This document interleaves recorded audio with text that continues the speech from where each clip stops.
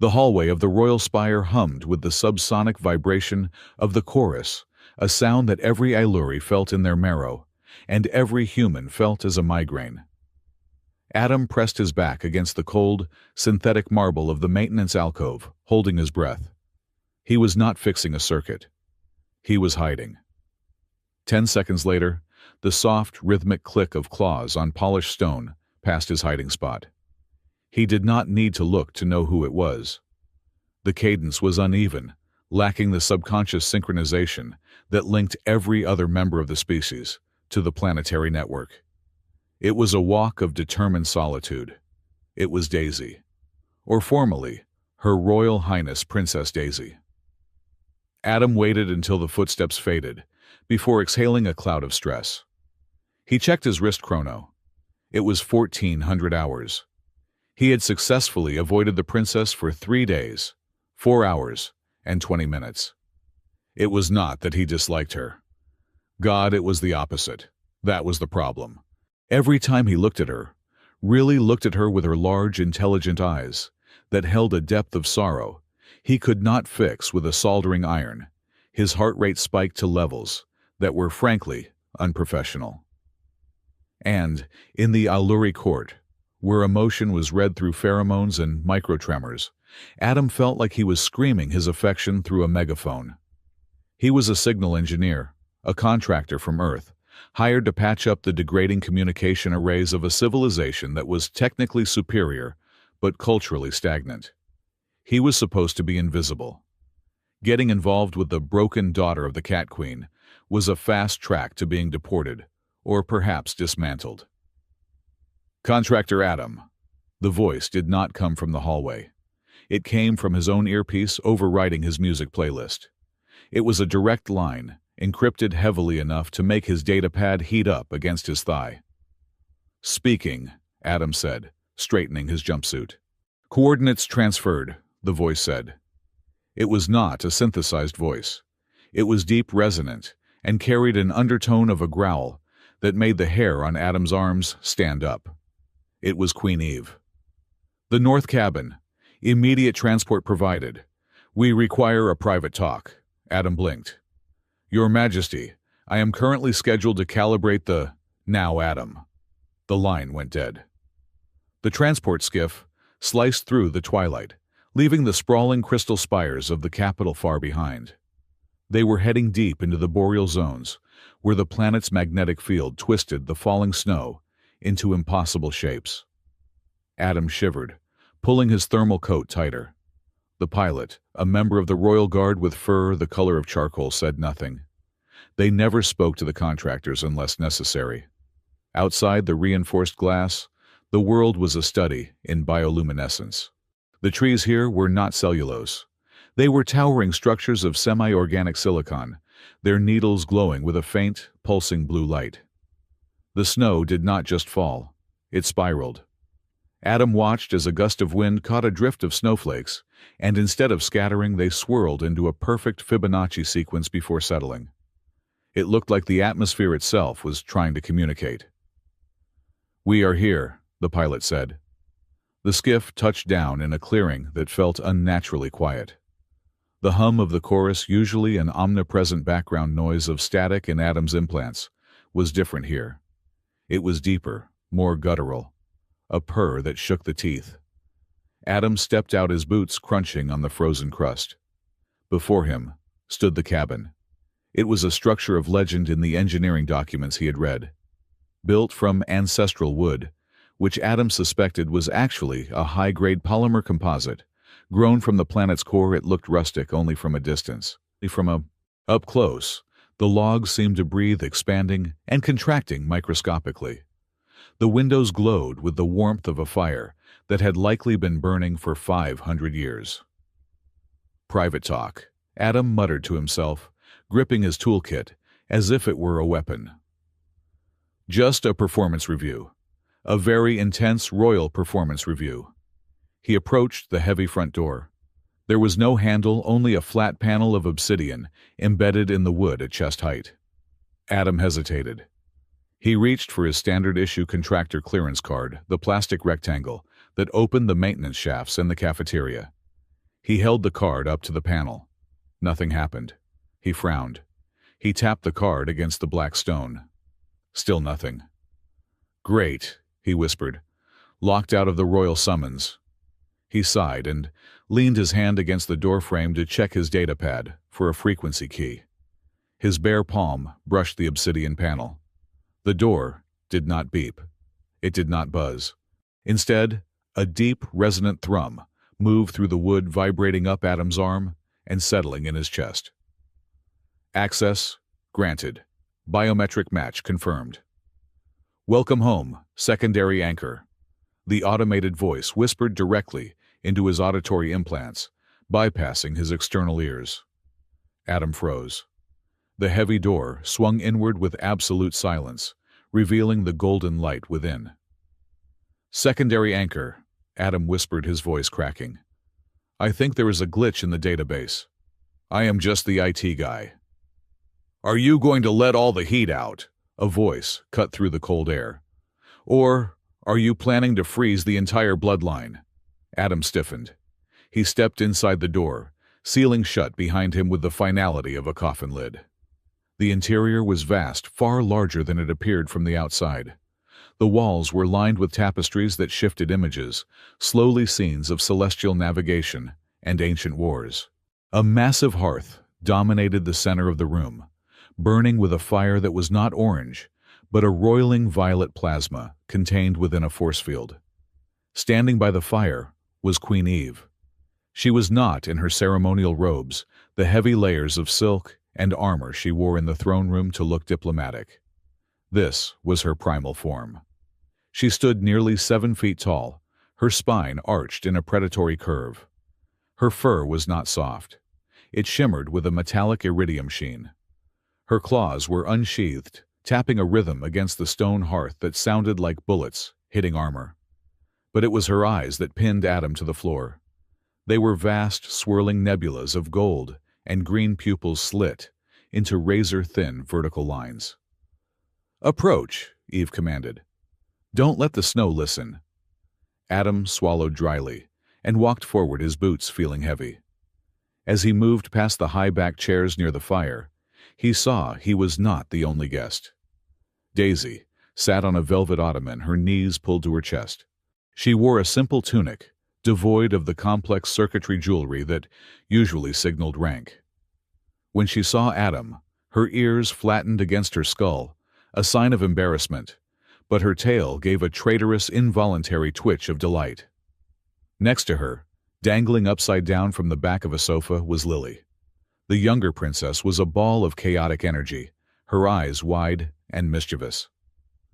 "Oh, look," Lily chirped, flipping herself upright with impossible grace. "It is the Phantom Engineer. You avoid my sister with the skill of a prey animal, Adam.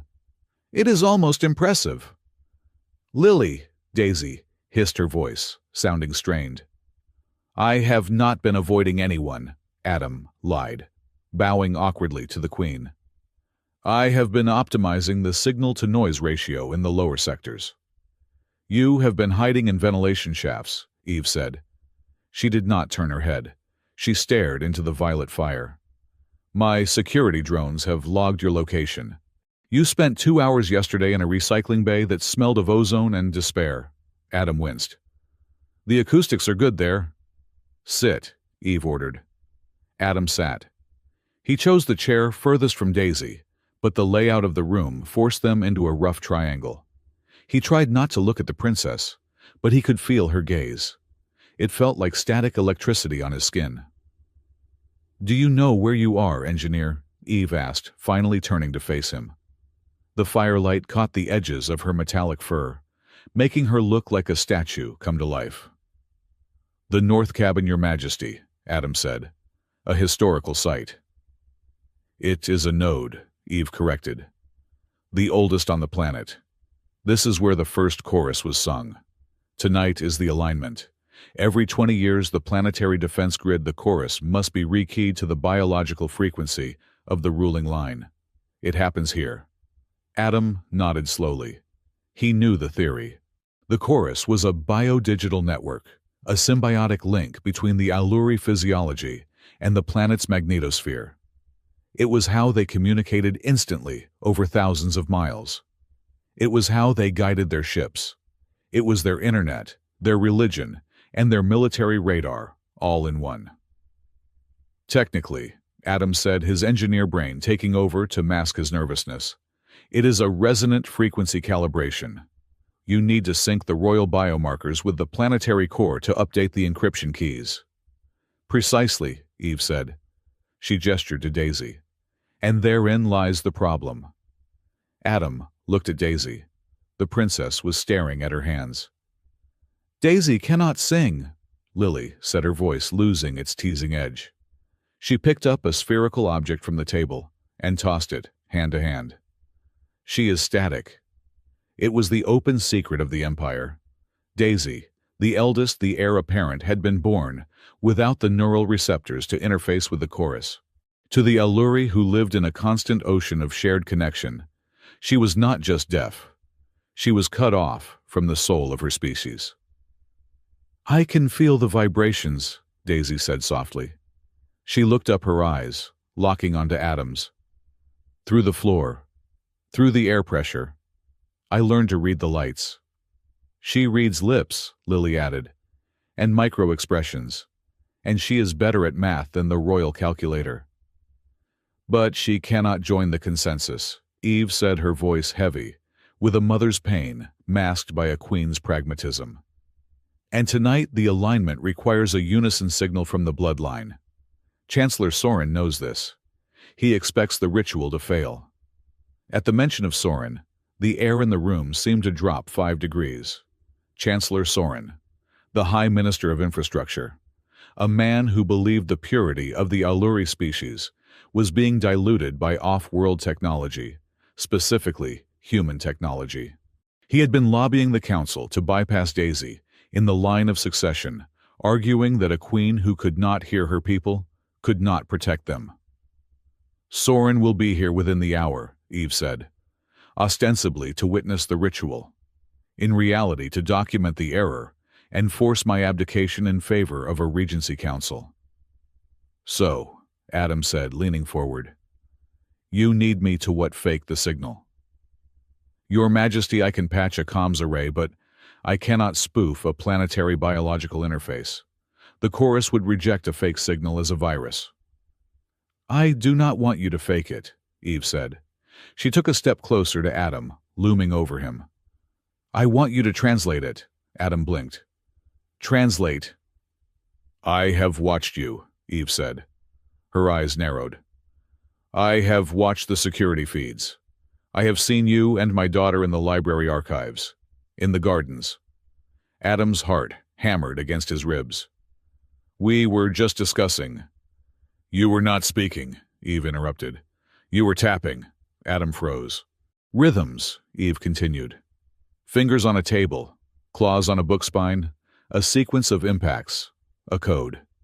Daisy looked away, her cheeks flushing a darker shade of violet. It is Morse code, Adam admitted, his voice small. An ancient human binary language. Dots and dashes. I taught it to her because... He looked at Daisy. Because sometimes the chorus is too loud for everyone else, and she needed a way to speak that did not require a network. It is our language, Daisy said, her voice gaining a sudden strength. She raised her hands. It is precise. It is private. It is not dependent on the biological lottery. Eve stared at Adam. You created a bridge that bypasses the chorus entirely, a private channel. It is just tapping, Your Majesty, Adam said, trying to downplay it. It is not treason. It is intimacy, Eve countered. The word hung in the air. I do not care about your romance, engineer. I care about survival. You communicate with her when no one else can. You are the only one who can synchronize with her rhythm. Your Majesty, Adam said, panic rising. Are you implying? The cabin recognized you, Eve said. Did you not find that strange? The door opened for you. I thought it was a malfunction. The cabin is not just wood, Eve said. It is a hybrid. 500 years ago, during the first contact, the founders used salvage from the first human colony ships to reinforce the core of this structure. The logic engine of this house is half Ailuri crystal, half human silicon. It recognized your heartbeat because it was programmed to look for a compatible interface. Adam stared at his hands. He was an engineer.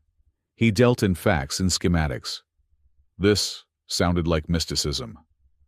So, because I am human and I taught your daughter Morse code, the magic cabin likes me. Because you are a signal bridge, Eve said sharply. Tonight, when the alignment begins, Daisy cannot push her will into the chorus. But she can push it to you, and you can amplify it into the system. That is insane, Adam said. If I interface with the royal loop, the feedback could fry my neural cortex. I am rated for 20 volts, not the psychic weight of a planet. And if we do not try, Daisy said, speaking up, Soren takes the throne. And the first thing he will do is purge the alien contaminants. That means you, Adam, and Dr. Harlow, and every other human on Ailuri. Adam looked at Daisy. She wasn't pleading. She was stating a fact. She was looking at him with that terrifying mixture of intelligence and hope. Suddenly, a dry, mechanical voice echoed from the corner of the room. I hate to interrupt this heartwarming moment of cross-species conspiracy, the voice said. A small, spherical drone hovered out of the shadows. It had holographic cat ears projected on top of its chassis, and a single, unblinking red eye. This was Milo, the cabin's custodian AI. Milo, Eve said. Report. Seismic sensors are detecting a rhythmic anomaly in the basement foundation, Milo said. It sounds like a purr, but distorted. Like a cat coughing up a hairball made of jagged metal. The chorus is unstable, Eve said. We are running out of time. Also, Milo added, his voice dripping with synthetic sarcasm, there are guests, uninvited, heavily armed, and possessing a very poor fashion sense. Adam stood up, moving to the window. Through the swirling, glowing snow, he saw lights. Not the soft bioluminescence of the forest, but the harsh, white beams of military-grade searchlights. A convoy of armored skimmers was breaking through the tree line. Soren, Lily whispered, clutching her datapad. He is early. He is not early, Eve growled, her claws extending fully. He is impatient. Adam looked down at the control panel near the window. He saw the vibration readings Milo had mentioned. The graph wasn't just a random spike. It was a pattern, a synthetic interference pattern designed to jam a signal. That is not a natural fluctuation, Adam said, his engineer's mind snapping into focus. Someone is jamming the cabin's frequency from the outside.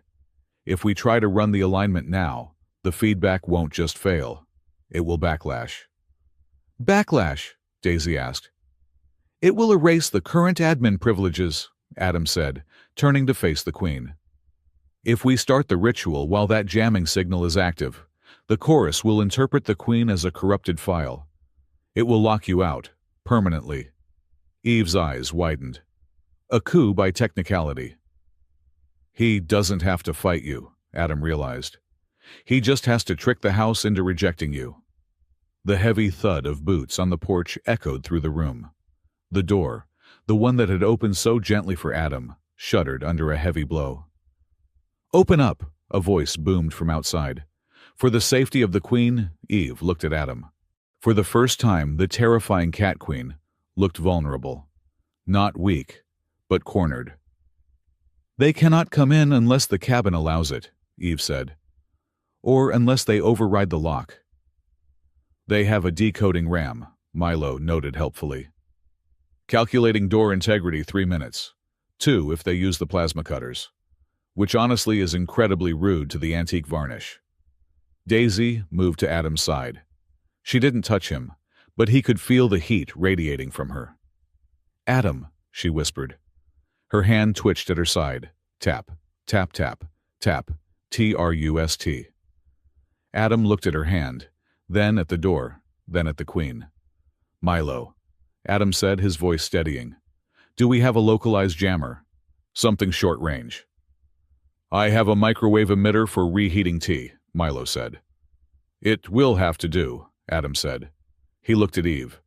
I need access to the subfloor. Now, if I can rewire the cabin's recognition protocol before they cut through that door, we might survive this. And if you cannot, Eve asked. The door shuddered again, the wood groaning.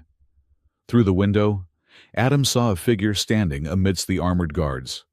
A tall Ailuri with silver fur and robes that whipped in the wind. Chancellor Soren. Soren looked up his gaze, bypassing the queen, bypassing the guards, and locking directly onto Adam through the glass. He smiled, a cold, knowing expression that suggested he knew exactly who and what Adam was. If I cannot, Adam said, pulling a laser driver from his belt, then I hope you have a very good lawyer, or a very fast ship. Go, Eve commanded. She turned to the door, assuming her war stance. I will buy you time. I will make them regret knocking. Daisy grabbed Adam's arm. The hearthroom, under the rug. Adam nodded. He ran toward the fireplace, his heart beating a frantic rhythm against his ribs. The cabin watched him. The snow swirled outside, and the door began to hiss as the plasma cutter bit into the ancient wood. The private talk was over. The night shift had begun. The cup of meteor tea on the side table had stopped steaming 20 minutes ago. The liquid, usually a vibrant, swirling nebula of purple and gold, had settled into a stagnant, muddy bruise of a color. Adam stared at it, calculating the thermal decay rate in his head just to keep from screaming. Across the room, Princess Daisy sat with a stillness that was almost unnatural. Her posture was perfect, her spine a straight line of defiance against the velvet cushions, but her eyes were burning. They were fixed on the heavy oak door, where two of Chancellor Soren's personal guards now stood like statues cast in graphite and malice. The atmosphere in the cabin had shifted from a sanctuary to a cage. Chancellor Soren had not kicked the door down. He was a politician, not a battering ram. He had simply waited until the security protocols, confused by the jamming signal, defaulted to a fail-safe open state.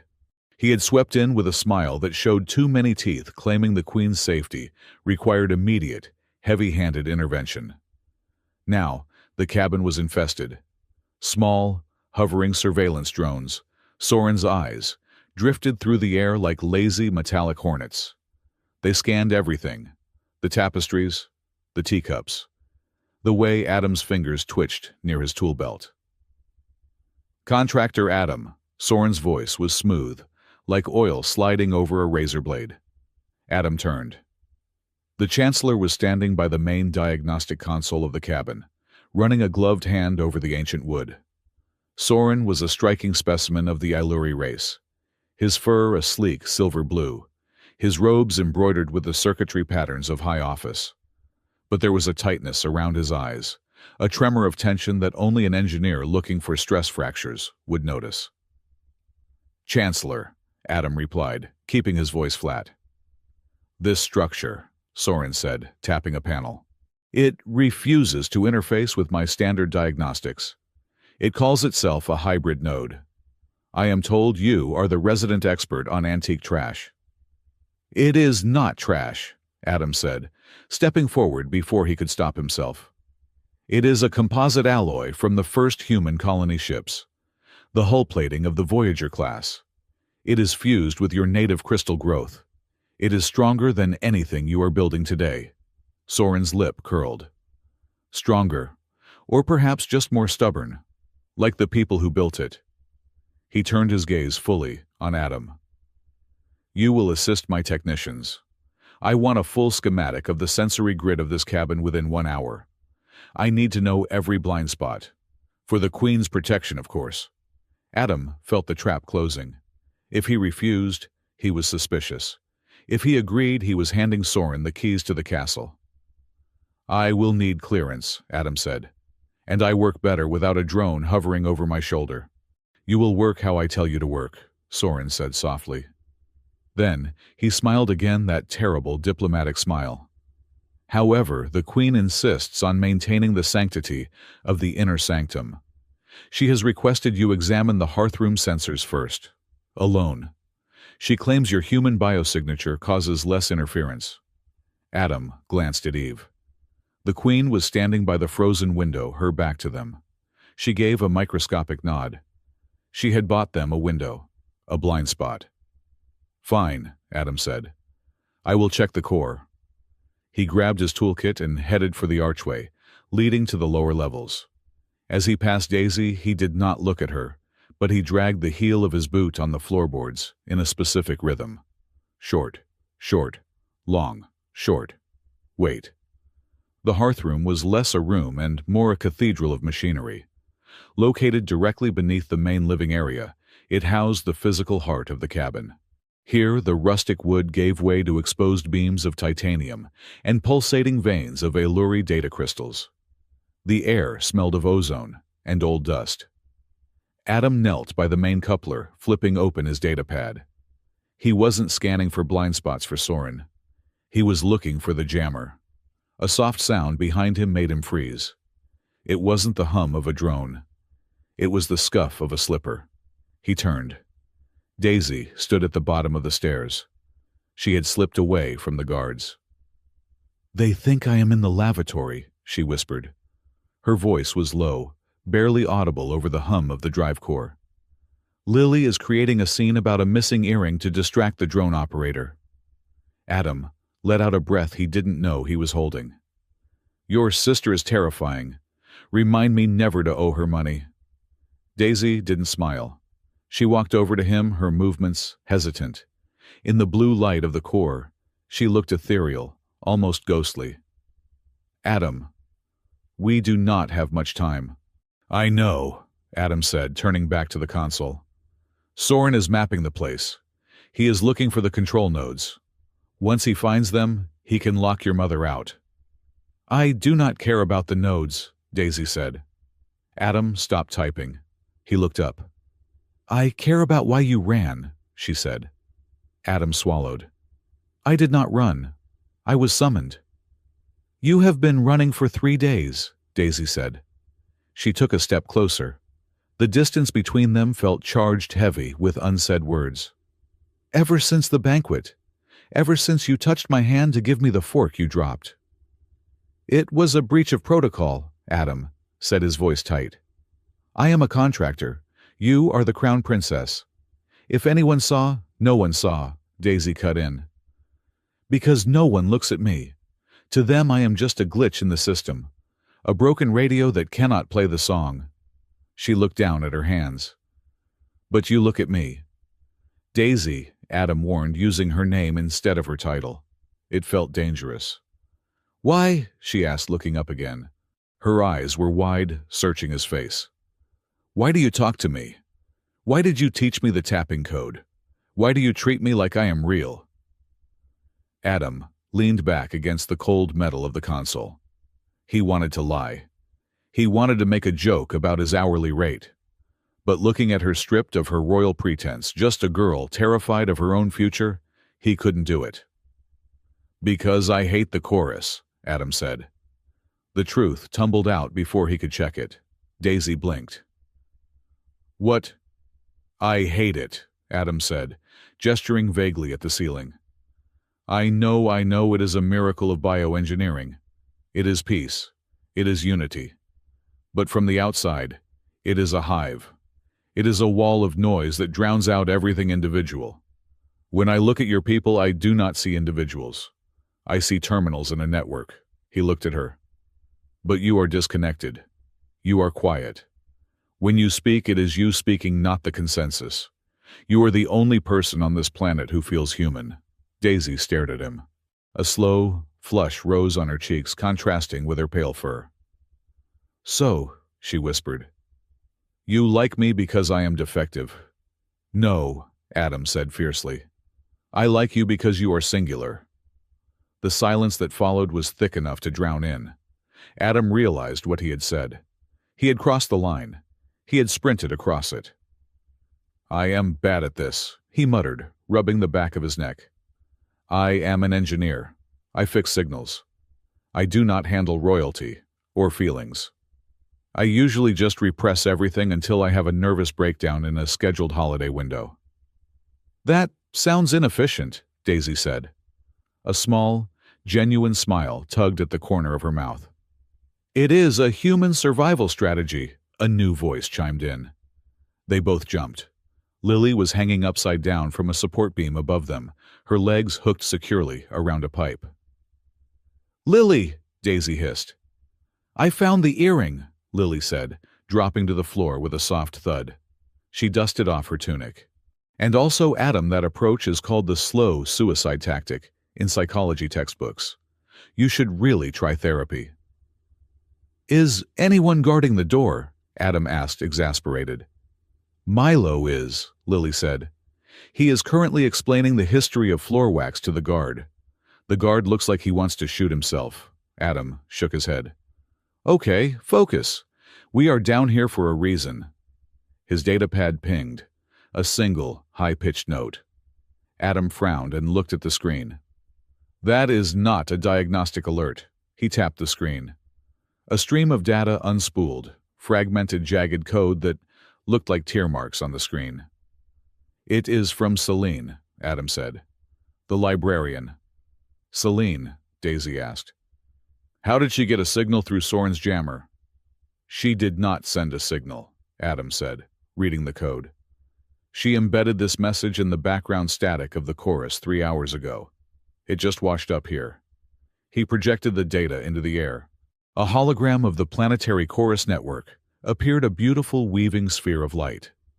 But right near the North Pole where the cabin sat, there were ugly, dark, jagged lines. Data stitches, Adam murmured. What are those? Lily asked, leaning in. It is clumsy coding, Adam explained. When you try to patch a piece of foreign code into a secure system, it leaves a scar. These stitches match the signal signature of the interplanetary black market. Specifically, the chaotic frequencies used by smugglers to hide their cargo from scanners. Smugglers, Daisy frowned. Why would Soren be working with smugglers? Because he needs tech that does not exist in the Royal Archives, Adam said. He turned back to the main console of the cabin. He needs something that can rewrite a node. Adam pulled a hydrospanner from his belt and jammed it into the access panel of the hearthroom's core. With a twist, he popped the cover plate off. Inside, the machinery wasn't glowing with the steady golden pulse of Ailuri tech. It was flashing, an angry, irregular red rhythm. Look at the light, Adam said. It is offbeat. Daisy watched the pulsing crystal. It looks anxious. It is a forced resynchronization, Adam said, his fingers flying across his datapad. Soren has installed a sleeper program in the core. It is scheduled to activate tonight exactly at the moment the alignment begins. What will it do? Daisy asked. It is a filter, Adam said, his face pale in the red light. When you try to step into the circle, the system checks for the royal frequency. This program shifts the required frequency by 0.03%.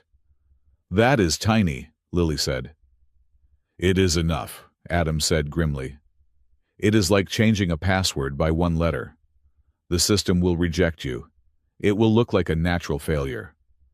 The princess is incompatible. The bloodline has failed. The cabin will lock you out and Soren will step in as the emergency administrator to save the planet. Daisy stared at the red light. Her hands were trembling. He is not just blocking me, she whispered.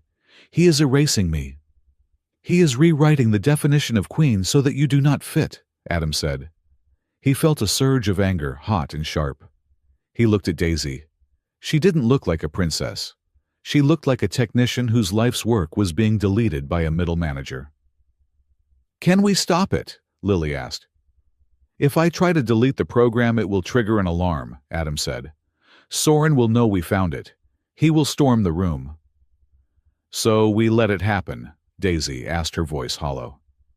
No, Adam said. He looked at the hybrid alloy of the walls.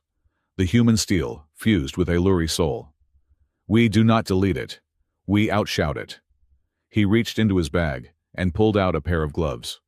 They were prototype haptic interface gloves, covered in sensors, and copper wiring. He had been building them in his spare time originally to help him play virtual piano.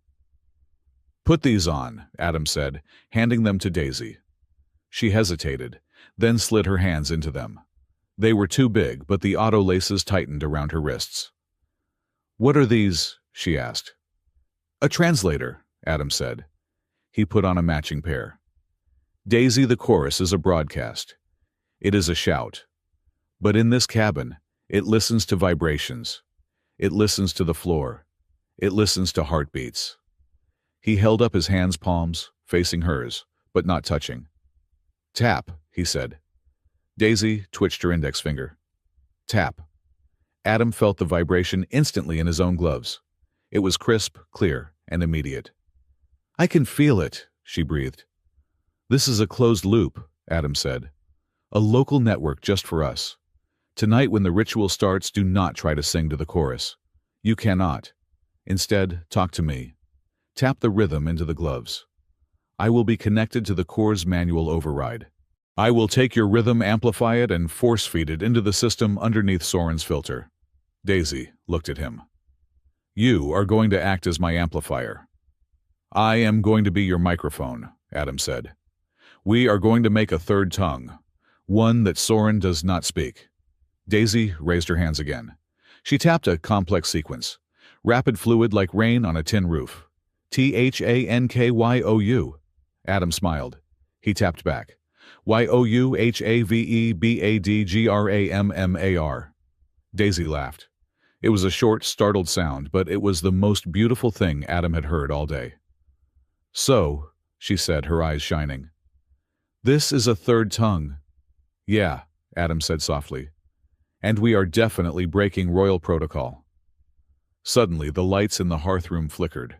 The red pulse of the sabotage program sped up. "He is testing the trigger," Adam said, checking his pad. "Soren is running a simulation." "We need to go back up," Lily said, moving to the stairs. Before he realizes the missing earring was a ruse. Adam stripped off his gloves and hid them in his toolkit. Daisy did the same, tucking hers into the sash of her tunic.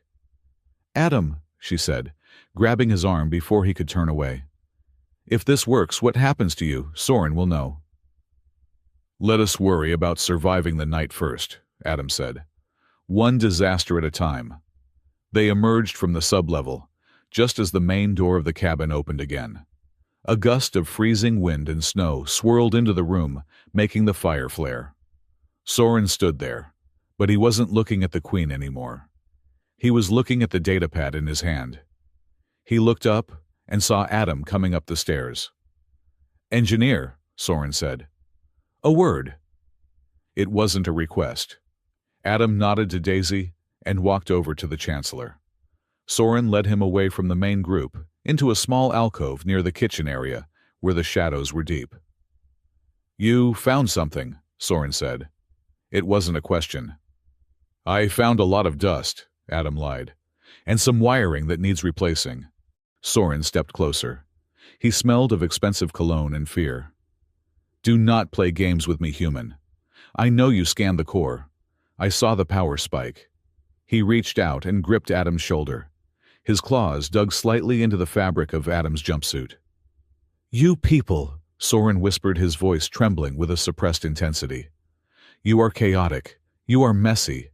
You come to our world with your loud music and your jagged thoughts, and you think you can fix us." "We are just trying to help," Adam said, holding his ground.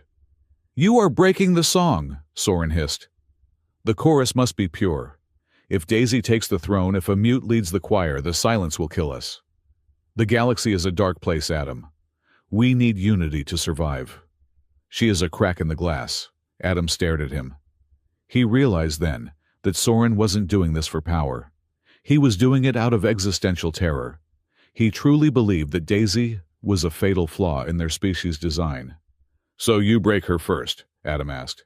Soren's grip tightened. "I am asking you to be a pragmatist. You are an engineer. You know that a faulty part must be replaced." He leaned in his muzzle inches from Adam's ear. "Tonight," Soren whispered, "when the ritual starts, The system will experience a hesitation. I want you to ensure that hesitation becomes a full stop. If you do this, if you help me save my people from her silence, I will ensure your contract is renewed. Perpetually. You can name your price. 2 million credits. 5 million. A ship of your own. And if I do not? Adam asked. Then I will point my finger at you, Soren said, pulling back. And I will tell the council that the human engineers sabotaged the node. You will not be deported, Adam. You will be erased. He patted Adam's shoulder, smoothing the fabric he had just crumpled. Think about it. You are good at breaking things. Just break the right thing. Soren turned and walked away, his robes swishing softly. Adam stood there, his heart pounding a frantic rhythm against his ribs. He felt sick. Adam! It was Eve's voice. She was standing by the fireplace, gesturing for him. She looked urgent. Adam took a step toward her, but a wall of gray fur blocked his path. It was the captain of the guard, one of Soren's loyalists. He stood with his arms crossed, a plasma rifle slung across his chest. The Chancellor has ordered a perimeter lockdown, the guard rumbled. No movement between zones until the ceremony begins. She is the Queen, Adam said. She is calling me. The Queen is under protective observation, the guard said, not moving an inch. Go to your station, engineer. Adam looked past the guard. Eve was staring at him, her eyes wide. She tried to step forward, but another guard stepped in her way.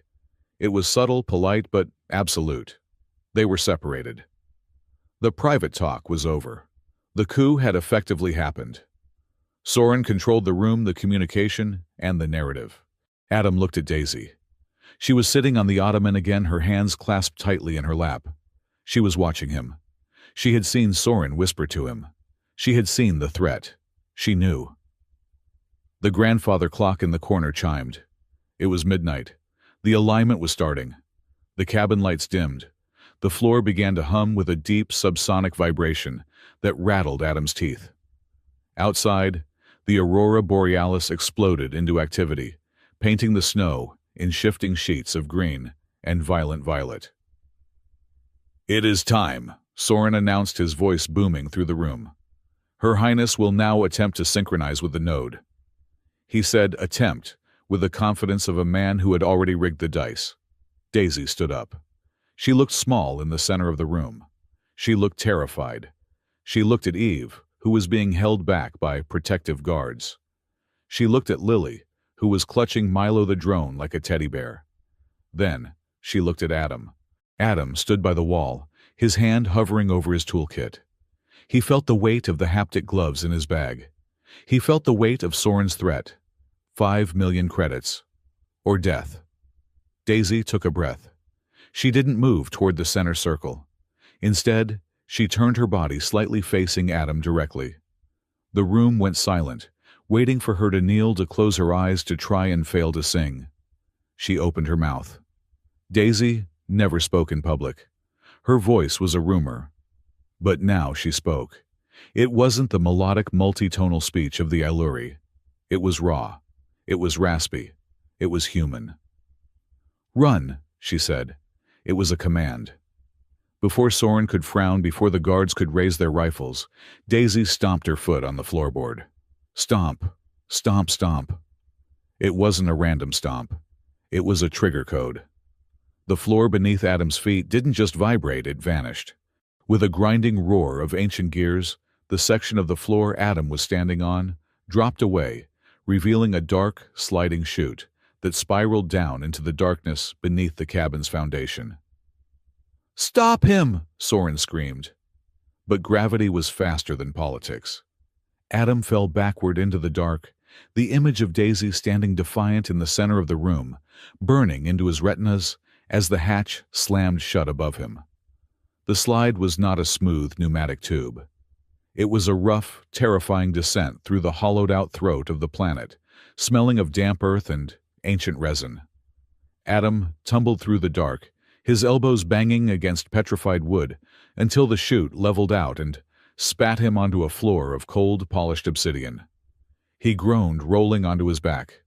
Above him, The ceiling was a tangle of roots that glowed with a faint, bioluminescent pulse, like the exposed nerves of a giant. A second later, a soft whoosh echoed from the chute. Adam scrambled out of the way, just as Princess Daisy slid out, landing with considerably more grace than he had. She rolled to her feet, her tunic dusty, but her expression fierce. "You jumped," Adam said, breathless. "You fell," Daisy corrected, brushing sawdust from her shoulder. "I followed. It seemed like the only direction that did not involve being arrested." Adam looked around. They were in a circular chamber far beneath the cabin. The walls were not made of the hybrid alloy found upstairs. They were made of raw, porous stone that seemed to absorb the light from their wrist comps. In the center sat a console that looked like it belonged in a museum of early spaceflight, bulky analog, and covered in physical switches. "Where are we?" Adam asked. The schematic did not show a sub-basement. "This is the Echo Room," Daisy whispered. She walked to the wall and placed her hand flat against the stone. Before the chorus was fully integrated into our biology, this was the planetary listening post. The stone here is psychoreactive. It records vibrations. It holds memories. Adam approached the console. His engineer's eye spotted the modifications immediately. Spliced into the ancient copper wiring were modern, sleek fiber optic cables. They were pulsing with a rhythm that did not match the heartbeat of the cabin. "Someone has been down here recently," Adam said. He pulled his scanner from his belt. "And they left the line open." He adjusted the frequency of his scanner. The air in the room suddenly thickened with a low, garbled sound. It was like hearing voices underwater. "The walls," Daisy said. "They are playing back the vibrations from the room above. The stone absorbs the sound and holds it for 48 hours. Adam fine-tuned the audio filter. The garbled noise sharpened into words. "Unfortunate necessity," a voice said. It was smooth, cultured, and chillingly familiar. Chancellor Soren. "The human is the perfect variable," a second voice replied. This one was distorted, metallic, and harsh. It did not sound Illyri. It sounded like the synthesized vocalizer of a heavy-world mercenary. "His biosignature is chaotic. We trigger the overload in the chorus, the system crashes, and the logs will show his clumsy human hands were at the controls." Daisy gasped. She stepped toward the wall, as if she could punch Soren through the rock. "And the princess?" the mercenary voice asked. "Collateral damage," Soren's voice replied, devoid of any emotion. "If the cabin rejects her, she loses her claim. If the feedback kills her, well, the galaxy is a dangerous place. We will mourn her as a martyr who was too weak for the crown." Daisy let out a sound that was half growl, half sob. She spun around, her claws fully extended, her eyes blazing with a violet fire. She started marching back toward the chute. "I will kill him," she hissed. "I will tear his throat out in front of the court." Adam lunged forward, catching her by the arm. "Daisy, stop!" She whipped around, snarling. "Did you not hear him? He plans to murder me and blame you. He is selling my planet to whoever that machine voice belongs to." "Mercenaries," Adam said, his grip firm but gentle. "Interplanetary brokers. That is the noise I found in the code. But if you go up there now, screaming and clawing, you are just proving his point. He wants you to be the hysterical, broken princess. He wants drama." "I do not care about optics," Daisy shouted, though her voice cracked. "My mother is up there." "And your mother is alive because she is playing the long game," Adam said. He looked her in the eye. "You want to win, you do not need a scene. You need evidence. We have the recording now, but we need to know how he plans to trigger the overload." Daisy trembled, the adrenaline fighting with her logic. Slowly, she retracted her claws. She took a deep breath, her chest heaving. "Evidence," she repeated the word, tasting like ash. "Yes," Adam said. "We need to find the injection point, the place where he planted the virus." A clatter from the ventilation duct above them made them both jump. A grate popped off and fell to the floor with a clang. A pair of furry legs dangled from the opening, followed by the rest of Princess Lily. She dropped to the floor, landing in a crouch. She was holding a small, crystalline data spike in her teeth. "I believe," Lily said, spitting the spike into her hand, "that you are looking for this."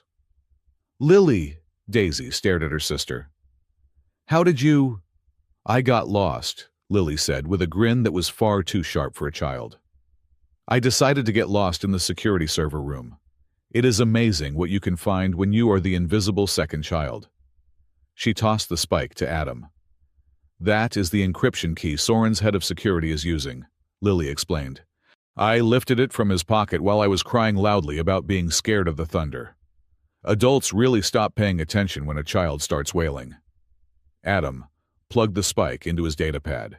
The screen flooded with red lines of code.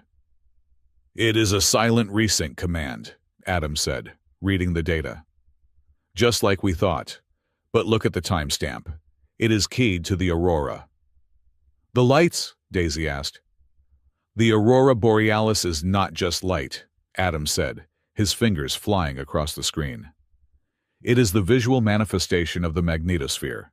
The chorus uses it as sheet music. When the colors shift, the frequency of the network shifts. Soren has set up a series of emitters in the forest. When the alignment begins, he is going to blast the sky with a counterfeit signal." "He is rewriting the sheet music while we are playing it," Daisy realized. Adam nodded. "The chorus will try to match the false lights. It will cause a dissonant spike large enough to fry the neural pathways of anyone connected to the core, including your mother." "And because I am not connected," Daisy whispered, "I will be the only one left standing, and it will look like I caused the surge." "Exactly," Adam said. He tapped a few keys and brought up a projection of the cabin. "We cannot stop the emitters," Adam said. "They are too far out in the forest. We cannot stop the ritual. Your mother is already starting the prep. Our only chance is to hijack the signal at the source. Here, in the cabin." "How?" Lily asked. "We create a filter," Adam said. He reached into his bag and pulled out the haptic gloves. "We use the third tongue. If Daisy and I can interface directly with the core down here, we can create a counter rhythm. We can act as a noise-canceling headphone for the planet." Daisy looked at the gloves.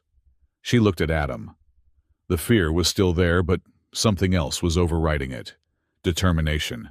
"Show me," she said. For the next 20 minutes, the echo room was silent, except for the rhythmic tap-tap-tap of fingers on sensors. Adam and Daisy stood facing each other, the console between them. They were sweating. The mental load of translating complex engineering commands into a binary rhythm was exhausting. "Faster," Adam said. "The signal drift is going to be rapid. You need to anticipate the shift." Daisy nodded. Her eyes were locked on his. She wasn't looking at his hands. She was feeling the vibration through the floor and the subtle air pressure changes from his movements. Tap, tap slide, double tap, frequency, blue, locked. "Good," Adam said. Again. They moved in perfect unison. It was a dance of pure data, stripped of the emotional baggage of the chorus. It was intimate in a way Adam had not expected. In the Alluri culture, sharing thoughts was commonplace, but it was a chaotic flood. This specific targeted communication felt like a secret, whispered in a crowded room. They finished a complex sequence, locking the firewall into place. Adam looked up. Daisy was leaning over the console, her face inches from his. Her pupils were dilated. The bioluminescent roots on the ceiling cast a soft, pulsing glow on her silver fur. The adrenaline of the chase and the intimacy of the synchronization crashed together. The air between them felt electric, static, charged. "You are," Daisy whispered, her voice rough, remarkably loud for a human. "And you," Adam replied, his voice dropping an octave, "are remarkably hearing." She leaned in closer. Adam didn't pull away. He forgot about the protocol. He forgot about the two distinct species. He just saw her. Temperature rising, a monotonous voice declared from Lily's pocket. They sprang apart. Lily sighed, pulling a small remote from her sash. It was connected to Milo, who was currently monitoring the vents. Milo says the ambient heat in the room spiked. Also, he says you two are disgusting and he would prefer to go back to guarding the door. Adam cleared his throat, his face burning. Right. The plan. We stick to the plan. Suddenly, the speakers on the wall crackled. This time, it wasn't a recording. It was a live broadcast. Contractor Adam, Soren's voice echoed through the stone chamber. And Princess Daisy. And the little stowaway. Adam froze. He looked at the camera lens hidden in the corner of the ceiling. It was active. A red light blinked lazily. I see you found the old playroom, Soren continued. He sounded amused. Did you really think I would leave the core undefended? The Echo Room has been under my surveillance for 6 months. Daisy grabbed the console, her knuckles white. Soren, you are a traitor to the bloodline. I am a gardener, Soren replied calmly. Pruning the dead branches. I could send my guards down there to drag you out. I could fill that room with neurogas. But I think I will let you watch. Watch what? Adam demanded. The end of your error, Soren said. Stay down there. Play with your buttons. Try to stop the signal. It will not matter. The aurora is already shifting. The alignment has begun. The connection cut with a sharp click. He is baiting us, Lily said, her ears flattening. He wants us to stay here. Because he knows we can't stop it from down here, Adam realized. He let us build the filter because he knows it is too weak. We are trying to shout down a hurricane with a whisper. Adam looked at the console, then at the ceiling. We cannot do this from the basement, Adam said. We need to be in the main room. We need to be on the circle. If we go up there, Daisy said, he will arrest us. Not if the ritual has started, Adam said. It is a holy law, right? Once the crown line opens, no violence is permitted within the circle. If we can get into the circle before he stops us, we have sanctuary. That is a very thin technicality, Lily pointed out. It is all we have, Adam said. He looked at Daisy. You have to take the throne, Daisy. Not later. Tonight. I cannot, Daisy said, her voice small. The system will reject me. You said it yourself. The system will reject Princess Daisy, Adam said. He reached out and took her hand, her actual hand, not the glove. But it will not reject us. Not if we change the input language. He squeezed her hand. Do not try to sing their song, Adam said intensely. Make them listen to yours. Daisy looked at him. For a moment he saw the terrified girl who hid in the library. Then he saw something else. He saw the daughter of a queen who could crush titanium with her claws. Lily, Daisy said, turning to her sister. Can you override the door locks from here? I can blow them, Lily said cheerfully. Do it, Daisy commanded. Adam, get the gloves. The ascent was not stealthy. Lily triggered a localized pressure spike in the hydraulic system, blowing the hatch off its hinges with a deafening boom. Smoke filled the hallway as Adam and Daisy sprinted from the hidden passage back toward the main cabin. They burst into the main room just as the grandfather clock struck the quarter hour. The scene before them was a tableau of terrifying beauty. The roof of the cabin had retracted, another feature Adam had not seen in the blueprints. The night sky was fully visible, dominated by an aurora borealis that was wrong. The lights were not flowing. They were jerking, spasming in jagged lines of sickly green and bruised purple. In the center of the room, Queen Eve stood on a raised dais of inlaid silver. Her eyes were rolled back, glowing with white light. She was screaming silently, her body rigid, as the corrupted chorus slammed into her mind. Soren stood at the edge of the circle, watching with a look of feigned concern. His guards had their weapons raised, but they were hesitating. The energy in the room was so dense, It felt like walking through water. "Mother!" Daisy screamed. She ran toward the circle. "Halt!" Soren shouted, dropping the pretense. "Guards, secure the intruder." 2 guards moved to intercept her. Adam didn't think. He didn't calculate. He pulled a flash grenade from his belt, a standard piece of kit for scaring off wildlife during repairs, and bowled it across the floor. Bang! A blinding flash of white light filled the room. The guards stumbled back blinded. "Go!" Adam roared. Daisy didn't stop. She dove past the guards, sliding across the polished floor and scrambling up onto the dais. Soren drew a pistol, a sleek, silver weapon. He aimed it at Daisy's back. Adam moved. He wasn't a soldier. He was an engineer. But he knew geometry. He threw his heavy toolkit with all the force he could muster. It wasn't aimed at Soren. It was aimed at the chandelier above him. The heavy iron fixture swung, the chain snapping. It didn't hit Soren, but it crashed down between him and the dais, shattering the floorboards and sending a cloud of debris into the air. Soren flinched his shot, going wild and scorching the wall.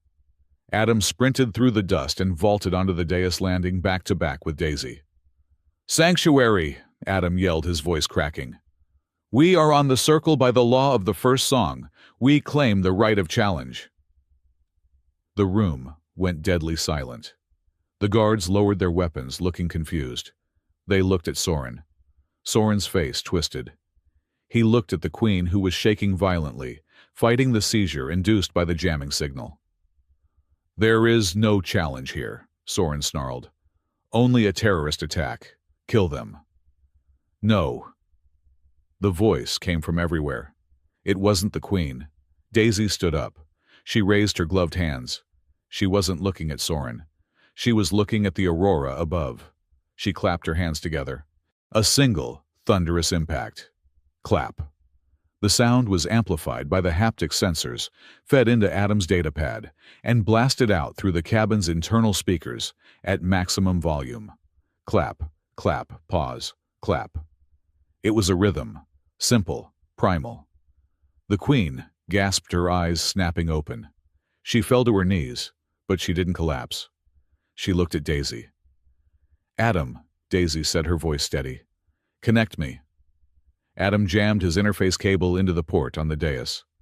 "Connected." "You have the floor, Your Highness." Daisy closed her eyes. She didn't try to access the chorus. She blocked it out.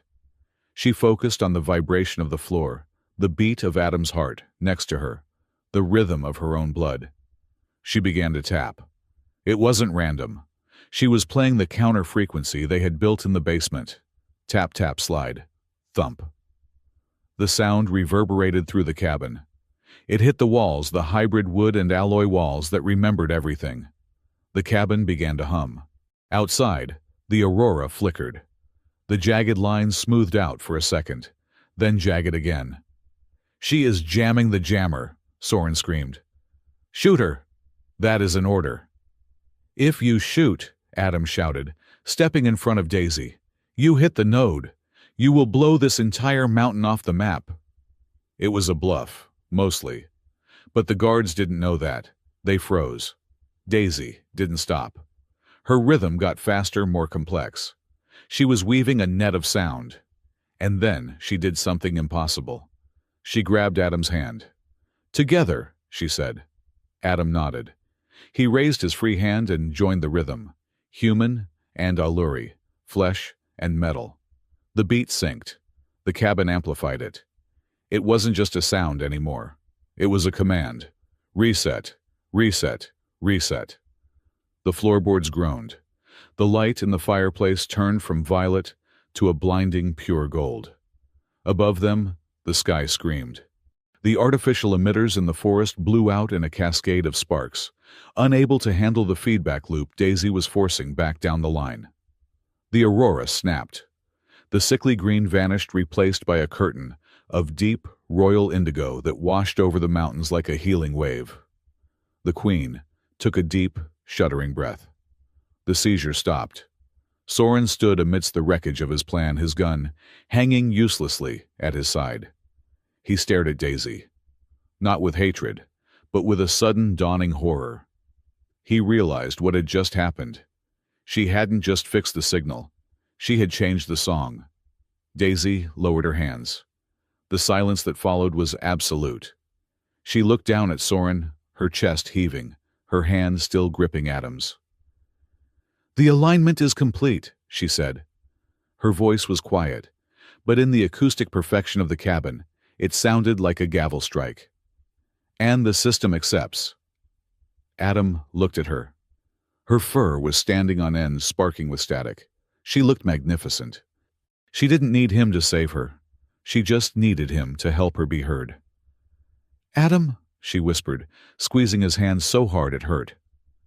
"Yeah. I think we just started a revolution," she said. "Or a war." "Probably both," Adam said, looking at Soren's face. "Definitely both." The heavy locks of the north cabin did not click shut. They slammed home with the sound of a guillotine blade dropping. The noise echoed through the grand room, bouncing off the hybrid timber walls and vibrating in the hollow of Adam's chest.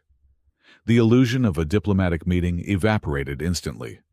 The warm, amber light of the hearth seemed to turn cold, filtered through the sudden realization that the air supply had just been cut off from the outside world. The windows, previously offering a view of the aurora-drenched snow, were now obscured by heavy blast shutters that slid down from the eaves like iron eyelids. "Lockdown initiated," the cabin's automated voice announced, though it sounded sluggish, drugged by the interference codes pulsing through the walls. "Quarantine protocol active. No exit authorized." Adam stood back to back with Daisy on the raised dais. His hand was still gripping hers, their pulse rates syncing in a frantic rhythm that had nothing to do with the chorus and everything to do with survival. Below them, the room had transformed into a standoff. Chancellor Soren did not look like a panicked politician anymore. He stood near the heavy oak table, his silhouette framed by the sparks flying from the overloaded console. He looked like a man who had finally decided to stop pretending he followed the rules. "A quarantine," Soren said, his voice calm, amplified by the sudden acoustic seal of the room. "How unfortunate. It seems the human interference has triggered a biological containment failsafe. We are trapped until the system purges the contagion." "You triggered it," Daisy accused, her voice low and dangerous. She did not shout, she projected. "You hold the override key." "I hold the future," Soren corrected. He gestured to the 6 guards who had fanned out around the perimeter of the room. They were not pointing their weapons at the floor anymore. The muzzles of their plasma rifles were leveled at the dais. "And the future does not include genetic errors." Adam looked at the console near his feet. The readout was screaming in red text. The core wasn't just locked, it was building up a charge. "He is not just locking us in," Adam whispered to Daisy, keeping his eyes on the guards. "The core temperature is rising. He has initiated a thermal sterilization cycle. He is going to cook the room and blame it on a system crash." "Can you stop it?" Daisy asked. "I need to get to the main interface," Adam said, glancing at the panel behind Soren, "which is currently behind a wall of guys with guns." "Then we move the wall," Daisy said. She didn't wait. She raised her right hand, fingers splayed. To the guards it looked like a gesture of surrender. To Adam, and to the small figure crouching in the shadows of the ventilation grate, it was a command. Thumb tuck, index flick, palm out, blind, flank, disorient. From the ceiling, Milo the drone dropped like a stone. He didn't hover. He simply fell, a dead weight of titanium and attitude. At the last second, his anti-grav thrusters fired in a chaotic burst, spinning him into a blur of motion. He collided with a tray of silver tea service on the side table, sending metal platters and scalding liquid flying into the faces of the 2 guards on the left. "My sensors indicate a high probability of burns," Milo's voice deadpanned as he ricocheted off a helmet. "Apologies. I am a clumsy domestic appliance." In the confusion, Lily bolted from her hiding spot. She didn't run away. She ran low, sliding across the polished floor like a hockey puck, heading straight for the sub-panel near the kitchen. Fire! Soren screamed, losing his composure. A bolt of blue plasma sizzled through the air, scorching the wood of the dais, inches from Adam's hip. The smell of ozone and burnt varnish filled the nose. "Get down!" Adam roared, shoving Daisy behind the heavy throne chair on the dais. He didn't take cover himself. Instead, he scrambled for the interface port on the dais floor. He jammed his datapad into the socket, his fingers flying across the glass screen. Come on," he muttered. "Talk to me, you stubborn antique." The screen flickered. The code that scrolled past wasn't standard Ailuri syntax. It was a mess, a violent collision of the original human operating system and Soren's parasitic virus. Adam found the purge command. It was labeled innocuously, System Refresh. "He is not just wiping the logs," Adam shouted, over the noise of plasma fire. "Daisy, the reset. It is targeted." "Targeted how?" Daisy yelled back. She was peeking around the chair, throwing a heavy crystal decanter at a guard who was trying to flank them. "It is an identity scrub," Adam said, his stomach dropping. "The pulse is calibrated to locate your specific biofrequency in the local directory and delete the admin privileges associated with it. If this goes off, the cabin won't just lock you out. It will recognize you as an intruder. The internal defenses will activate against you." "He wants the house to kill me," Daisy realized, her face pale. "I have to rewrite the target definition," Adam said. "I have to trick it into thinking you are. I do not know a piece of furniture, anything but a user." He tapped the execute command. Zap. A shockwave of white-hot pain slammed into Adam's skull. It wasn't an electric shock. It was a neural feedback spike. It felt like someone had driven a railroad spike through his temple and into his memories. Adam screamed, arching back, his vision going white. He tasted copper. The datapad flew from his hand. "Adam!" Daisy scrambled to him, grabbing his shoulders. "Adam!" He gasped, air rushing back into his lungs. His hands were shaking uncontrollably. "I am okay. It is a neural trap. Soren put a feedback loop on the edit function. If anyone tries to change the code, it fries their synapses." "Don't touch it again," Daisy ordered, her eyes filled with tears. "I have to," Adam wheezed, wiping blood from his nose. "It is at 80%. If it hits 100, you are dead." Across the room, the firefight was becoming desperate. Queen Eve had not taken cover. She stood in the open, her body glowing with a faint, terrifying aura of bioelectric energy. She was catching plasma bolts with her bare hands, or rather with the localized kinetic shields generated by her royal jewelry. But the shields were flickering. She was exhausted from the earlier seizure. "Surrender, Eve!" Soren shouted. He was safe behind the heavy oak table, using it as a barricade. "Abdicate the succession, sign the order passing the regency to the council, and I will stop the purge." "I would rather see this forest burn than hand it to a butcher," Eve roared back. Her voice was not the voice of a diplomat. It was the voice of an apex predator. One of the guards, seeing the Queen's shield waver, took aim. Not at her arm or her leg, at her chest. Adam saw it. The geometry of the shot was clear in his engineer's mind. The angle, the timing. Eve's shield was down for a recharge cycle. She wouldn't be able to stop it. If Eve died, Daisy would be left alone. A specific kind of alone that Adam knew well, the kind where the world didn't just feel empty, it felt hostile. Daisy would be crushed by the political machine before her mother's body was cold. Adam didn't think about his contract. He didn't think about his safety protocols. He moved. He lunged off the dais, throwing himself into the trajectory of the bolt. It hit him in the left shoulder. It didn't feel like a burn. It felt like being hit by a freight train made of ice. The impact spun him around in the air, and he crashed hard onto the floorboards. "Adam!" Lily shrieked from across the room. Adam groaned, trying to push himself up. His left arm was useless, a dead weight of agony. He looked up to see Eve staring at him. Her eyes were wide, the vertical slits of her pupils blown round with shock. "You," Eve stammered. "You took the shot." You are the shield, Adam gritted out, forcing himself to his knees. If you fall, she has no cover. He nodded toward Daisy. Eve looked at her daughter, then back at the human bleeding on her floor. The icy, regal mask cracked. For a second, she wasn't a queen. She was a mother, looking at the only person who had ever jumped in front of a bullet for her family without being paid to do it. "Cover him!" Eve screamed. It was a command that shook the dust from the rafters. She raised her hands, and the floorboards around Adam erupted. Splinters of wood flew up, forming a temporary barricade. She was manipulating the cabin's physical structure through sheer will, forcing the very wood to obey her.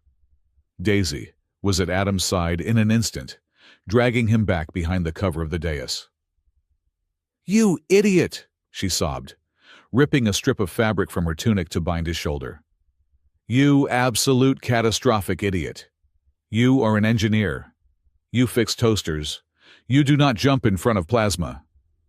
It was a calculated risk, Adam slurred, fighting the darkness at the edge of his vision. Variable outcome favorable. "I am going to kill you myself if you die," Lily's voice came over their earpieces. She sounded breathless. "I mean it, Adam. If you die, I have to be the one to comfort Daisy, and I do not have time for that emotional labor. I am busy hacking a door." "Working on it," Adam whispered. The firing stopped. A heavy, oppressive silence fell over the room. "Adam," Soren's voice called out. "Engineer Adam, can you hear me?" Adam leaned his head back against the wood. "I can hear you. You are loud." "You are hurt," Soren said. His voice had changed. It was no longer commanding. It was negotiating. "That wound will cauterize, but the nerve damage will be permanent without treatment. Human biology is so fragile." "Get to the point," Adam said. "The point is simple," Soren said. "I do not want to kill you. You are a valuable asset. You understand this hybrid technology better than anyone. I have a proposition." "I am listening," Adam said, signaling Daisy to keep scanning the room. "Help me rewrite the core," Soren said. "Finish the purge. Remove the error." Daisy froze, her hand hovering over Adam's bandage. "If you do this," Soren continued, "I will guarantee your safety. I will double your contract. I will give you a full medical team. And I will spare the princess." Adam looked at Daisy. Her eyes were locked on his. She didn't shake her head. She didn't beg. She just waited. "Spare her how?" Adam asked. "She will live," Soren said. "She will retain her title. She will live here in the cabin, protected, safe, silent, a figurehead, a symbol of the old ways. But she will not rule. She will not touch the chorus. She will be a pet." The word hung in the air, toxic and heavy. "You save her life," Soren said softly. "You just have to take away her voice. It is a fair trade, is it not? Survival for silence." Adam looked at Daisy. He saw the girl who had sat in the library tapping rhythms on a book because she was desperate to be heard. He saw the woman who had stood on the dais and jammed a planetary signal with a clap of her hands. To save her by silencing her wasn't saving her. It was killing the part of her that mattered most. "Hey, Soren," Adam called out. His voice was weak but steady. "Yes, my contract," Adam said. "It has a clause about ethical termination. And I think," Adam said, struggling to stand up with Daisy's help, "that turning a person into a decoration violates the terms of service. I do not fix things by breaking them, and I definitely do not save people by erasing who they are." "A foolish choice," Soren sighed. "Then you will die with the error." "Daisy," Adam whispered. "The third tongue. Now." Daisy nodded. She didn't need to be told twice. She turned to the room not as a victim, but as a commander. She raised her gloved hands. Clap, stomp, snap, clap, Lily, bypass, now. Across the room, Lily grinned. She had pried open the maintenance panel of the kitchen dumbwaiter. Inside was a bundle of ancient dusty wires, the original human-built backup circuit that Soren's digital map hadn't shown him because it wasn't digital. It was analog. "Eat copper, you fascist," Lily whispered. She jammed her conductive bracelet into the wires, shorting the circuit. Ka-chunk. The sound was massive mechanical. The blast shutters on the windows didn't open. Instead, the floor of the cabin dropped 6 inches. "What did you do?" Soren screamed, grabbing the table for balance. "I engaged the flight stabilizers," Lily yelled back. "What? This isn't just a cabin," Adam laughed, the pain in his shoulder flaring. "I told you, Soren, it is a hull. It is the bridge of a colony ship," the cabin groaned. The ancient gyroscopes beneath the foundation, dormant for 500 years, began to spin up. The entire structure wasn't taking off. The engines were long dead, but the defensive systems were waking up. And the defensive systems of a Voyager-class colony ship were designed to repel hostile boarders. "Warning!" The automated voice boomed clear and crisp this time. "Intruder alert. Unauthorized weapons detected in the command deck. Initiating pacification protocol." Gravity in the room shifted. The artificial gravity plates in the floor, usually set to a comfortable 1G, suddenly tilted. The guards on the right side of the room slid helplessly toward the wall, their boots losing traction. Soren scrambled to hold onto the table, his dignity vanishing as he clawed at the wood. "Now!" Eve shouted. She didn't need a signal. She needed an opening. With the guards off balance, Eve moved. She didn't run. She flowed. She crossed the room in 3 strides, grabbing a sliding guard by his tactical vest and throwing him into his partner. "Daisy," Eve called out, her voice cutting through the chaos. "The consort law." Daisy looked at her mother. "What?" "The protocol," Eve yelled, ducking a stray laser blast. "Why do you think he is so afraid of you standing with a human? It is not just prejudice. It is the law of unification." Eve grabbed a heavy candelabra and swung it, knocking a rifle out of a guard's hands. "If the heir is recognized by the cabin," Eve shouted, "and chooses a partner of a different origin within the circle, that partner is not just a spouse. They become a living treaty. A consort represents a binding of worlds." Adam stared at Eve. "Wait, you mean—" "He is not afraid of a glitch," Eve shouted, looking at Soren. "He is afraid of a union. If you claim him, Daisy, you do not just get a boyfriend. You unify the human contractors and the Aeluri traditionalists under one banner. You end his political platform instantly." Adam looked at Daisy. "I thought we were just holding hands." "Apparently we were engaging in high-level diplomatic marriage rituals," Daisy shouted back, her face flushing red beneath her fur. "I did not know." "Well," Adam said, grinning despite the blood running down his arm, "it explains why the door likes me." The room shook violently. The aurora outside the windows was flashing red and gold, the colors of emergency and royalty. The chorus was screaming a high-pitched whine that vibrated the teeth. Soren managed to pull himself upright against the doorframe. He looked at the chaos.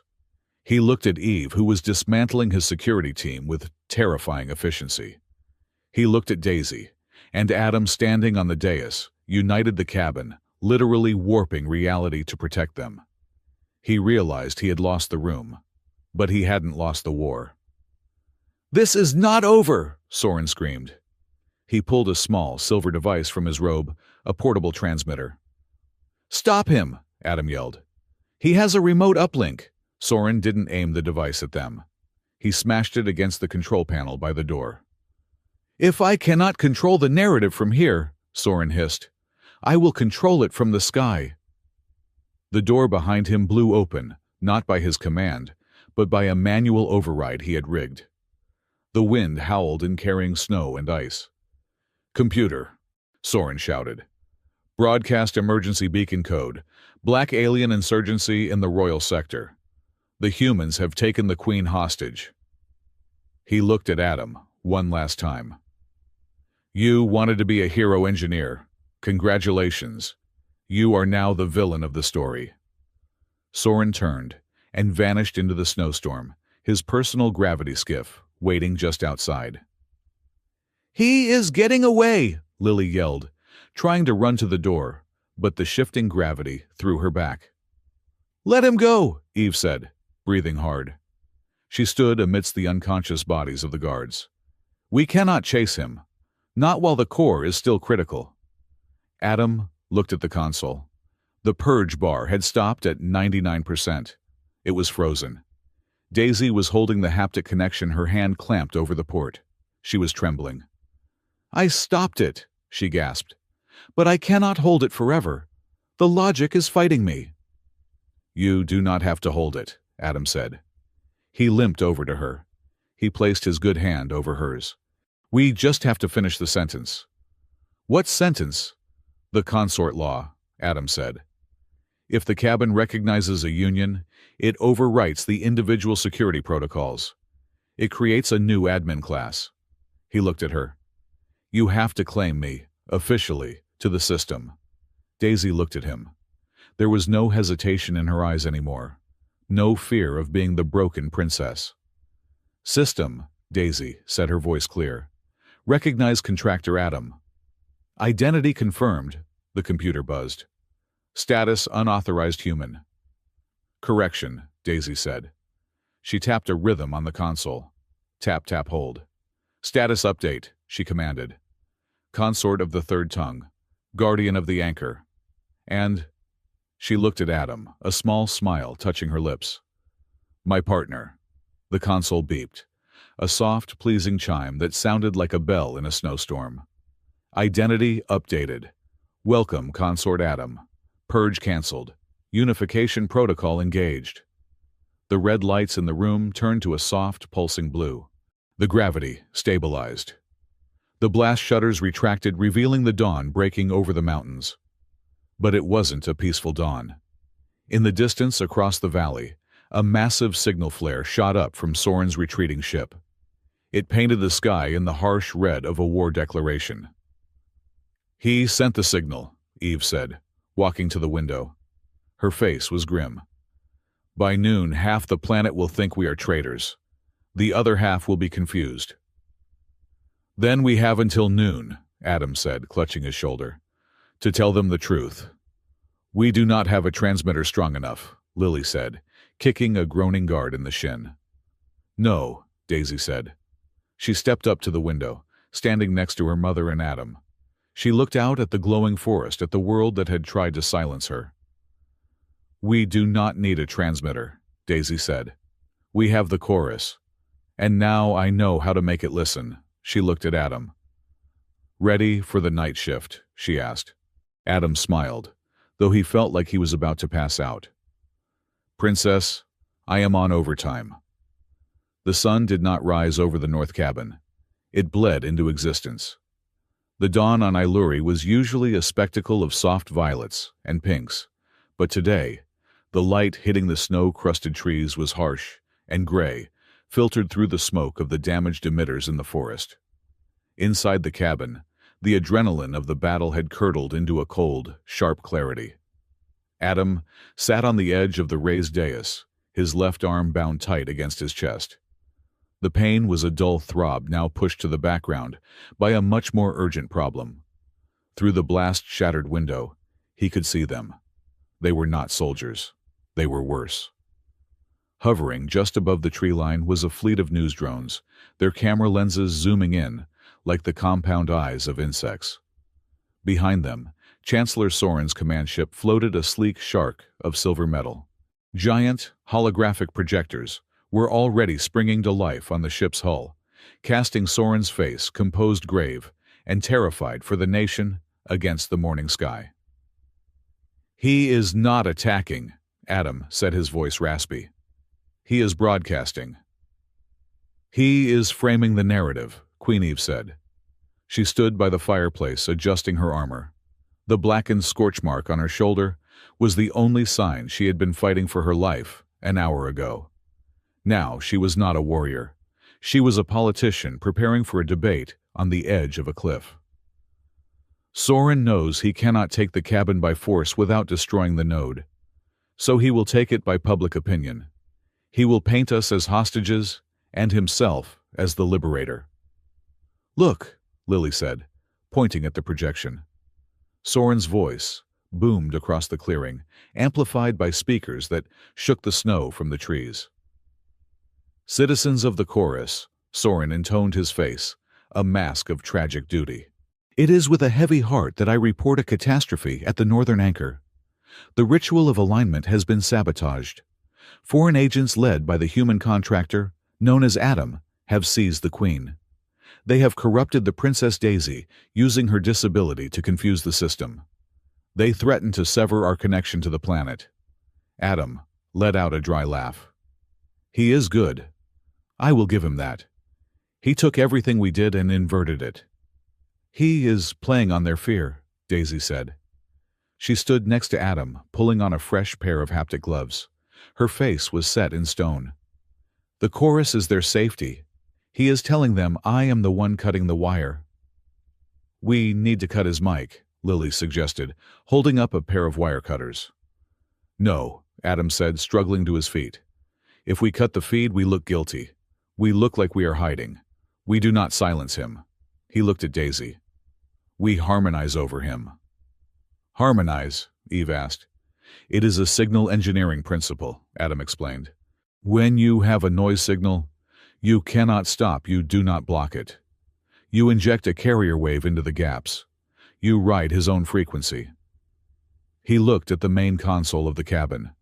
It was still smoking slightly, but the core was humming with the steady, golden light of the third tongue. Soren is broadcasting on the emergency bands, Adam said. But the cabin controls the atmospheric ionization. We can turn the air itself into a screen. You want to project the truth? Daisy asked. I want to project the data, Adam corrected. Soren can lie with words, but he cannot lie with math. Not when the entire planet can see the equations. We need a distraction, Adam added. I need 3 minutes to configure the projection arrays. Someone needs to go out there and make Soren look at the wrong hand. Lily stepped forward. She smoothed her tunic messy with grease and dust. She looked at her reflection in a silver platter. She messed up her fur, making herself look smaller, more pathetic. I am 12 years old, Lily said, her voice dropping into a register of pure, terrifying innocence. And I am very, very scared of the big bad men with guns, she winked at Adam. 3 minutes. I will give you 5. The front door of the cabin creaked open. The cameras swiveled instantly. Soren, floating on his command deck, paused mid-sentence. Lily stumbled out onto the porch. She looked tiny against the massive logs of the cabin. She hugged herself, shivering in the cold morning air. Please, she cried out, her voice picked up by every microphone in the clearing. Please stop. They are fighting inside. I am scared. Soren's expression softened into a rehearsed look of benevolence. Princess Lily, do not be afraid. Walk to the ship. We will protect you. But the human, Lily wailed, taking a step down the stairs. He has a calculator and he is dividing by 0. It was nonsense, but it was captivating nonsense. The news drones zoomed in on her tear-streaked face. Soren leaned forward, sensing a propaganda victory. Milo, Adam whispered into his comms. Now. From the roof of the cabin, the drone cat dropped. But this time, he didn't attack. He activated a high-intensity strobe light, flashing in a pattern that looked like a weapon charging up. Threat detected, Milo's synthesized voice roared. Targeting camera optics, say cheese. The drones scattered their collision avoidance algorithms, panicking. The image of Soren on the sky flickered and distorted. Now, Adam shouted. Inside the cabin, Daisy slammed her hands onto the haptic pads. Thump, thump slide, snap. The cabin roared. It wasn't a sound of wood or stone. It was the sound of the planet taking a deep breath. From the roof of the cabin, a beam of pure white light shot straight up into the morning sky. It hit the lingering ionization layer of the atmosphere and spread out, forming a massive, flat sheet of light. It was a screen, 10 miles wide. "What is that?" Soren screamed, shielding his eyes. "It is the log file," Daisy whispered from inside the cabin. On the sky, giant scrolling lines of text appeared. They weren't in Ailuri script. They weren't in human English. They were raw binary, the universal language of the chorus. And highlighted in burning red were the stitches, the jagged, clumsy code insertions that Soren had purchased from the black market. "Citizens of Ailuri," Eve's voice boomed. The queen stepped out onto the porch, right behind Lily. She was not wearing her ceremonial robes. She was wearing her battle-damaged armor. She looked every inch the warrior monarch. "You are looking at the sky," Eve said, her voice amplified by the cabin systems. "Do not listen to me. Do not listen to the Chancellor. Read the sky," she pointed up. "Those red lines are foreign code," Eve declared. "They are viral insertions designed to cause a failure in the alignment. They were purchased 3 months ago. The transaction signature belongs to a shell company registered to the Ministry of Infrastructure." Soren's face on the holographic projection went pale. He tried to cut the feed, but his engineers were frantically shaking their heads. The signal wasn't coming from their ship. It was coming from the planet itself. "This is a trick," Soren shouted, his voice cracking. "The human is manipulating the visuals. It is a deep fake." "Then let us test it," a new voice cut in. Daisy walked out. She didn't stumble. She didn't look down. She walked out of the cabin door and stood next to her mother. She wore the haptic gloves, the wires trailing back into the house like umbilical cords. "Chancellor," Daisy said. Her voice was not loud, but it was crystal clear. "You claim I am incompatible. You claim I cannot hear the chorus. You are deaf to the soul of our people," Soren yelled, trying to regain control. "You are a broken vessel." "Then why?" Daisy asked, raising her hands. "Does the cabin answer me?" She clapped her hands. Clap. The massive screen in the sky rippled. The red lines of code shattered, dissolving into golden dust. Clap. Clap. The aurora borealis, which had been fading with the dawn, suddenly flared back to life. But it wasn't the chaotic mess of the night before. It snapped into a perfect geometric grid. "I do not need to hear the music to read the sheet music," Daisy said. "I do not need your pity, Chancellor. And I do not need the system to tolerate me. I need the system to be right." She turned her palms upward. "Celine," Daisy commanded, "release the ledger." Miles away in the Royal Library, the archivist hit a single key. On the sky screen, the binary code was replaced by a stream of financial documents, bank transfers, communication logs, recordings of Soren negotiating with the mercenaries. "I paid you for a clean crash," Soren's voice from the recording echoed across the valley. "I want the princess erased, not just blocked." The silence that fell over the forest was absolute. The news drones stopped buzzing. The soldiers on Soren's ship lowered their weapons. Soren stood alone on his command deck. The narrative had not just slipped from his grasp. It had turned around and strangled him. He looked down at the cabin. He looked at Adam, who had limped out to stand in the shadow of the doorframe. Soren's eyes narrowed. He had one card left to play. The card of pure xenophobic spite. "You think this proves anything?" Soren sneered, his voice shaking with rage. "So, you found my contingency plans. Yes, I tried to save the planet from a weak heir. But ask yourselves who gave her the technology to do this. Who built that machine she is wearing?" He pointed a shaking finger at Adam. "Him!" Soren screamed. "The human contractor, Adam. Do you know who he really is? Do you think he is just a repairman?" Adam froze. His heart skipped a beat, then hammered against his ribs like a trapped bird. "He is not here to fix the comms," Soren shouted. "He is a saboteur. Look at his service record. Look at the gaps. He was discharged from the Earth Signal Corps for cognitive dissonance instability. He is a walking jammer. He was sent here to disrupt us from the inside." Daisy turned to look at Adam. Her eyes were wide, confused. "Adam." Adam didn't speak. He couldn't. His throat felt like it was filled with glass. "He is a poison," Soren yelled. "He is a human weapon designed to break synchronization, and now he has infected the princess." Adam gripped the doorframe. He wanted to shout back. He wanted to deny it. But the words died on his tongue. Because Soren wasn't entirely lying. Eve stepped forward. She didn't look at Adam. She looked at Soren. "Chancellor," Eve said, her voice ice cold, "you are under arrest for high treason." "You cannot arrest me," Soren shouted. "I am the High Minister. I demand." "You demand nothing," Eve said. "Guards, secure him." On Soren's own ship, his personal guard hesitated. Then slowly, the captain of the guard turned toward the Chancellor. "I am sorry, sir," the captain said, "but the sky does not lie." Two guards grabbed Soren by the arms. He struggled, screaming obscenities, accusing Adam, accusing the Queen, until they dragged him off the deck and the feed cut to black. The silence returned. But it was different now. It was heavy. Daisy looked at Adam. "What did he mean about the gaps in your record?" "Later," Eve said sharply. "The sun is fully up. The alignment is not finished until the succession is confirmed. We must finish the ritual." She turned to Daisy.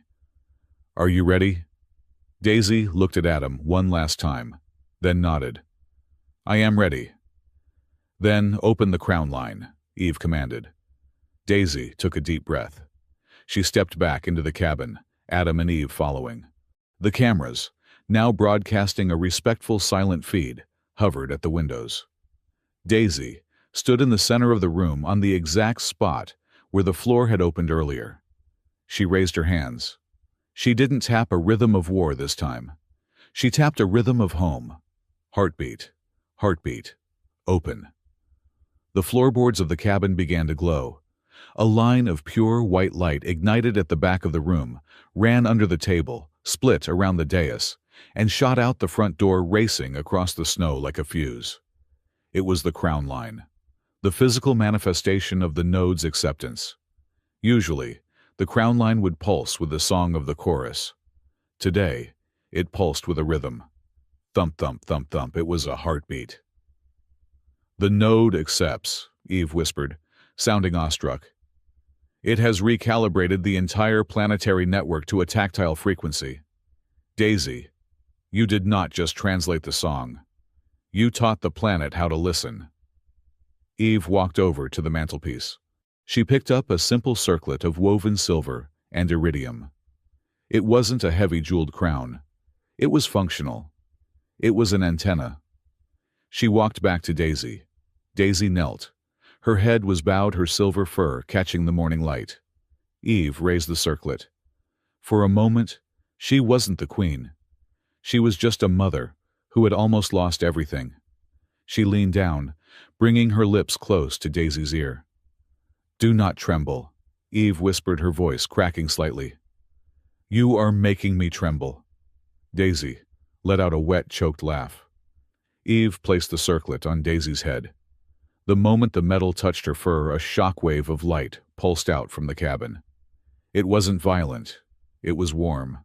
It washed over the forest, over the waiting ships, over the entire planet. Every Iluri on the planet felt it. It wasn't a song.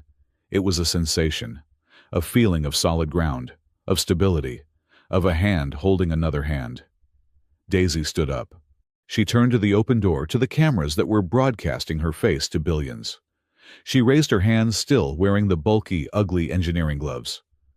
"My people," Daisy said. She didn't shout. The cabin amplified her voice, carrying it on the wind.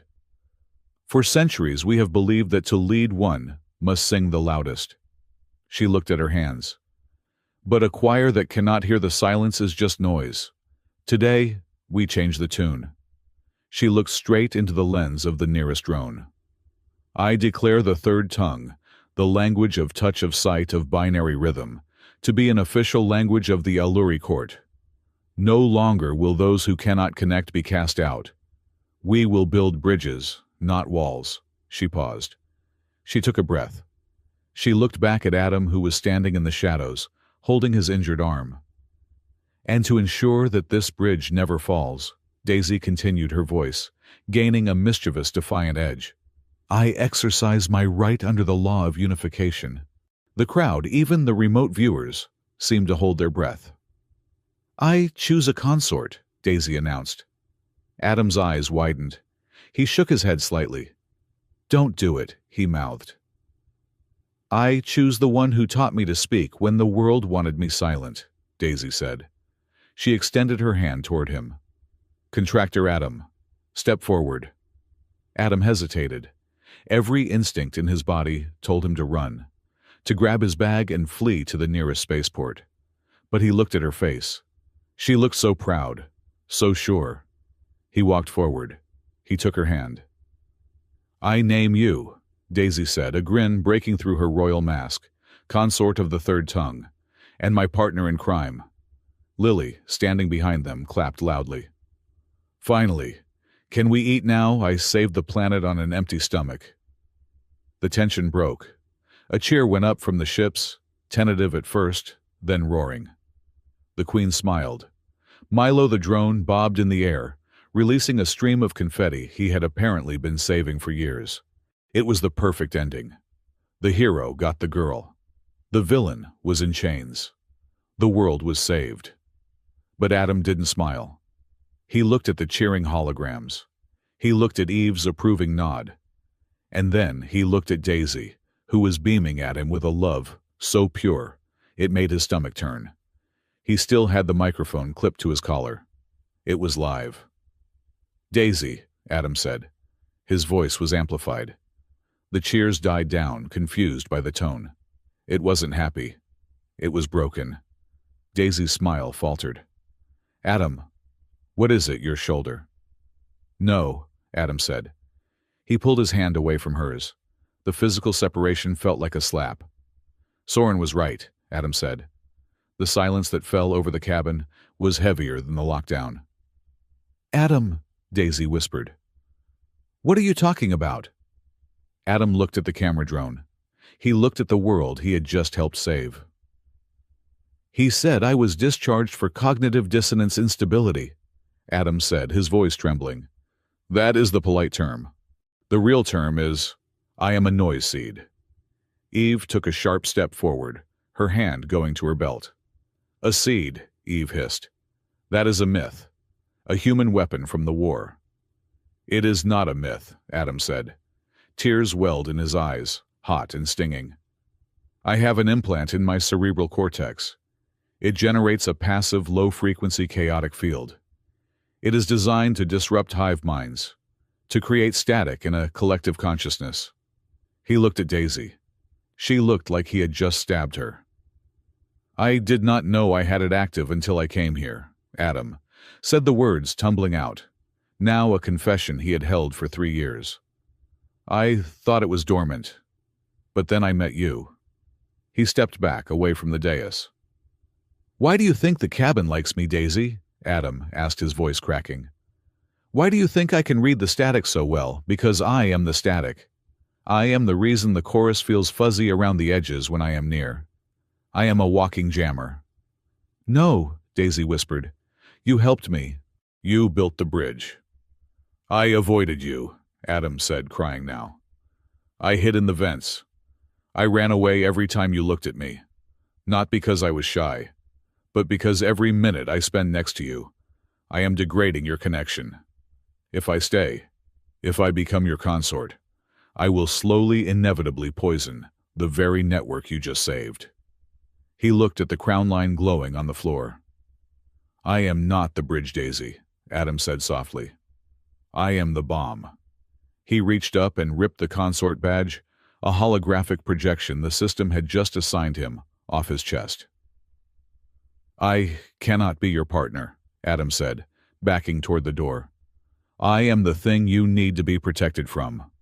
He turned and walked out into the snow, leaving the Queen, the princess, and the entire planet watching his back as he walked away from the happy ending he wanted more than air, but knew he couldn't afford.